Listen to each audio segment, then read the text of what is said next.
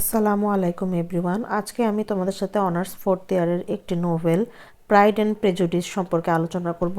Pride and প্রেজুডিসের character list সম্পর্কে আজকে আমি আলোচনা করতে যাচ্ছি। তো প্রাইড অ্যান্ড প্রেজুডিস মূলত লিখেছেন জেন অস্টেন নামে একজন ফিমেল রাইটার। এখন আমরা জেন অস্টেন সম্পর্কে একটু জেনে নিব, তারপরে আমরা প্রাইড অ্যান্ড প্রেজুডিসের ক্যারেক্টার লিস্টে চলে যাব। So, Jane Austen was an English novelist celebrated for her sharp social commentary and realistic portrayal of 18th century English society. এখানে বলা হয়েছে জেন অস্টেন 1775 সালে যার জন্ম এবং মৃত্যু হলো 1817 সালে। তিনি একজন ইংলিশ নোবেলিস্ট ছিলেন, যেটা সমাজের বিভিন্ন realistic portrayals of 18th century English society, মানে বাস্তববাদী কিছু কাহিনীর উপর ভিত্তি করে তিনি তার উপন্যাসগুলো লিখতেন। Born in Steventon, Hampshire, she was the seventh of 8 children and receive much of her education at home. তিনি স্টিভেন্টন, হ্যামিসফায়ারে জন্মগ্রহণ করেন এবং তার 8 সন্তানের মধ্যে তিনি ছিলেন, তার বাবা মার 8 সন্তানের মধ্যে তিনি ছিলেন সপ্তম সন্তান এবং receive much of her education at home.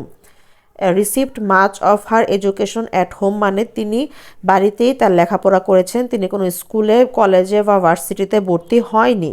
Austen's major novels, including Pride and Prejudice, Sense and Sensibility, and Emma, explore themes of love, class, and morality, often with wit and irony.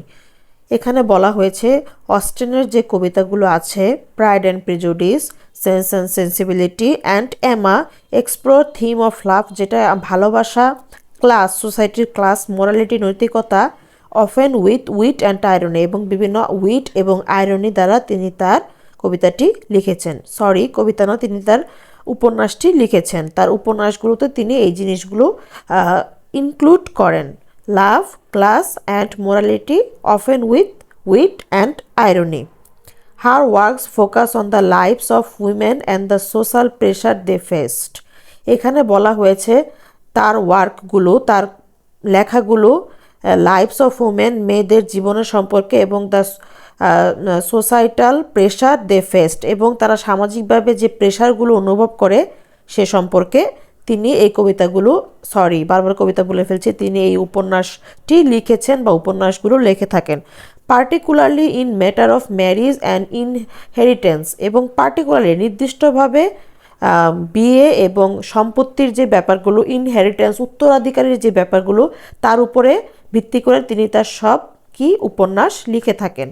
Austen remained single and lived a quiet life.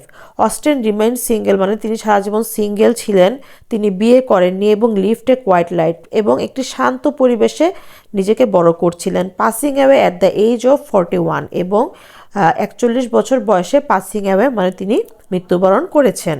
Her novel continues to be widely read and adapted, cementing her legacy as one of the English literature most beloved authors. এখানে হুবহু বাংলা আমি বলছি না, এখানে বলতে চাচ্ছে যে তার যে লেখনীগুলা বা তার লেখা যেগুলো আছে সেগুলো খুব ওয়াইডলি রিড অ্যান্ড অ্যাডাপ্টেড, খুব ওয়াইডলি বিস্তরভাবে মানুষের কাছে পৌঁছেছে, এবং অ্যাডাপ্টেড মানে তারা ধারণ করেছে, গ্রহণ করেছে তার লেখা ইংলিশ লিটারেচারে, যার ফলে তিনি মোস্ট বিলাভেড অথর হিসেবে পরিচিতি লাভ করেছেন।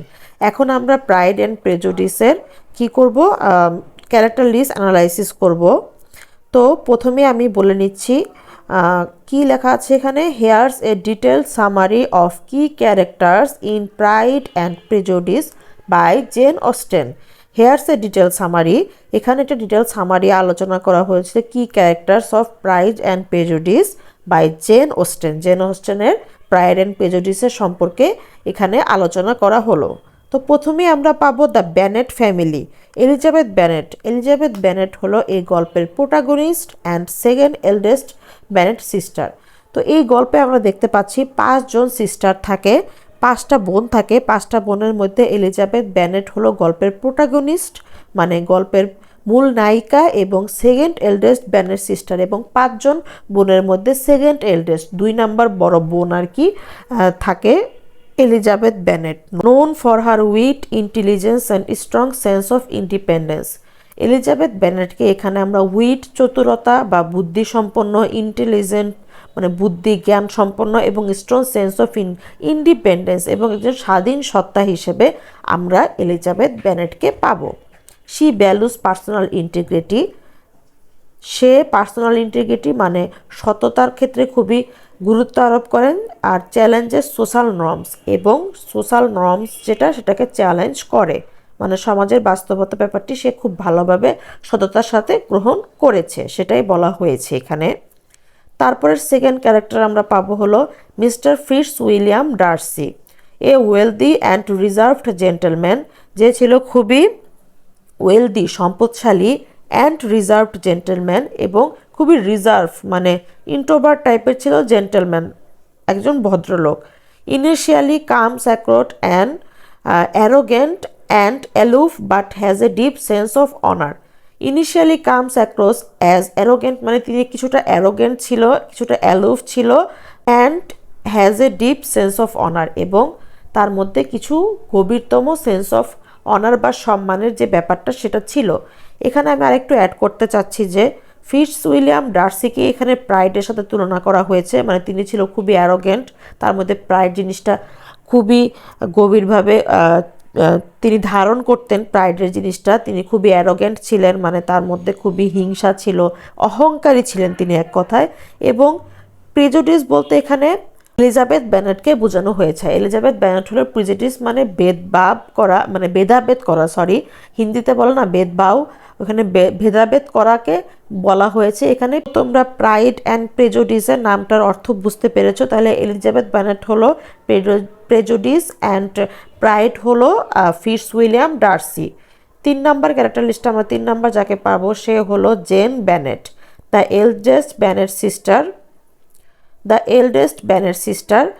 তাহলে বেনেট সিস্টারদের মধ্যে সবচেয়ে বড় বোন হলো জেন বেনেট, সুইট নেচার্ড, খুবই সুন্দর মিষ্টি একটা স্বভাবের মেয়ে, কাইন্ড অ্যান্ড বিউটিফুল, খুবই জেন্টল উইমেন অ্যান্ড বিউটিফুল, খুবই সুন্দরী। Develops a romantic relationship with mister Charles Bingley, যার রিলেশনশিপ বা সম্পর্ক ছিল মিস্টার চার্লস বিংলের সাথে।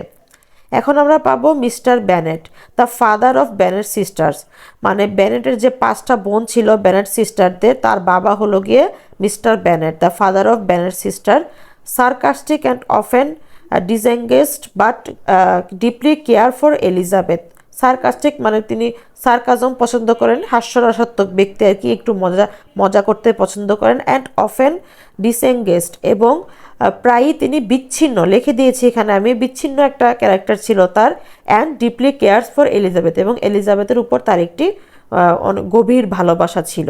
মিসেস বেনেট, দ্য এক্সাইটেবল উত্তেজনাপূর্ণ একজন মহিলা and socially ambitious mother of the Bennett sister. এখানে বলা হয়েছে যে মিসেস বেনেট ছিল এমন একটি মা যে তার সন্তানদের মানে তার মেয়েদের কিভাবে ভালো জায়গায় বিয়ে দিতে পারবে সে ব্যাপারে সবসময় অবসেস থাকতো, সোশ্যালি অ্যাম্বিশিয়াস থাকতো বেনেট সিস্টারদের বিয়ে দেওয়ার জন্য। Obsessed with finding adventurous marriage for her daughter, এবং পয়সাওয়ালা বড়লোক ছেলেদের কাছে ওয়েলদি ফ্যামিলিতে কিভাবে তার মেয়েদের বিয়ে দেওয়া যায় সে ব্যাপারে তিনি সর্বদা এক্সাইটেড হয়ে থাকতেন। তারপরে আমরা পাবো মেরি বেনেট। তা বেনেটের এই উপন্যাসে কোনো সিরিয়াস ক্যারেক্টার নাই, তাই আমরা মেরি বেনেটকে স্কিপ করলাম। ক্যাথরিন বা Kitty Bennet, the 4th Bennet sister, impressible and influenced by her younger sister Lydia, এটা আমরা বাদ দিব। লিডিয়া বেনেট, এই নামটি তোমরা মনে রাখবে, লিডিয়া বেনেটের একটা ক্যারেক্টারের কিছু গল্প এখানে উল্লেখ করা আছে। লিডিয়া বেনেট হলো দ্য ইয়াংগেস্ট বেনেট সিস্টার, সবচেয়ে ছোট মেয়ে, বেনেট সিস্টারদের মধ্যে সবচেয়ে ছোট মেয়ে হলো Lydia Bennet. Flirtatious, reckless and immature, flirtatious flirt করতে পছন্দ করে, রেকলেস এবং ইমেচিউর এবং অপ্রাপ্ত বয়স্ক যারা তাদেরকে বলা হয় immature. Her development and George Wickham cause a scandal, এবং জর্জ উইকেমের সাথে তার যে পালিয়ে যাওয়ার যে ঘটনাটা সেটা একটা স্ক্যান্ডাল হিসেবে এখানে পরিচিতি পায়। আদার মেজর ক্যারেক্টার্স, এবং আরও মেজর কিছু ক্যারেক্টার সম্পর্কে এখানে আমরা আলোচনা করব, সেটা হলো mister Charles Bingley, mister Darcy's amiable and wealthy friend. Charles বিংলের সাথে জেন বেনেটের একটি প্রেমের কাহিনী হয়, falls in love with Jane Bennet. এখানে চার্লস বিংলে কি বলছে, অ্যামিয়েবল বন্ধুত্বপূর্ণ এবং ওয়েলদি ফ্রেন্ড এবং খুবই বড়লোক একজন বন্ধু থাকে কার, মিস্টার ডার্সিস, মানে ফিটজউইলিয়াম ডার্সির বন্ধু থাকে হলো চার্লস বিংলে। তারপরে আমরা পাবো George Wickham, a charming but beautiful প্রতারক মিলিটিয়া অফিসার। সে ছিল এই গল্পের অ্যান্টাগনিস্ট বা ভিলেন বলতে পারো, যে লিডিয়া বেনেটকে নিয়ে পালিয়ে যায় এই গল্পে। এ চার্মিং বাট ডিসিটফুল প্রতারক মিলিটিয়া অফিসার, এবং মিলিটিয়েন্ট অফিসার ছিল তিনি একজন। Attempts to ruin Darcy's reputation and elopes with Lydia, এবং লিডিয়ার সাথে সে পালিয়ে যায়। এরপর আমরা পাবো উইলিয়াম কলিন্সকে, খুব বেশি ইম্পর্ট্যান্ট না। আমরা পাবো লেডি ক্যাথরিনকে, mister Darcy's haughty and domineering aunt opposes Elizabeth and Darcy's relationship. তারপর আমরা পাবো চার্লস ক্যারোলিন বিংলেকে, যা মিস্টার বিংলের স্নোবিশ সিস্টার।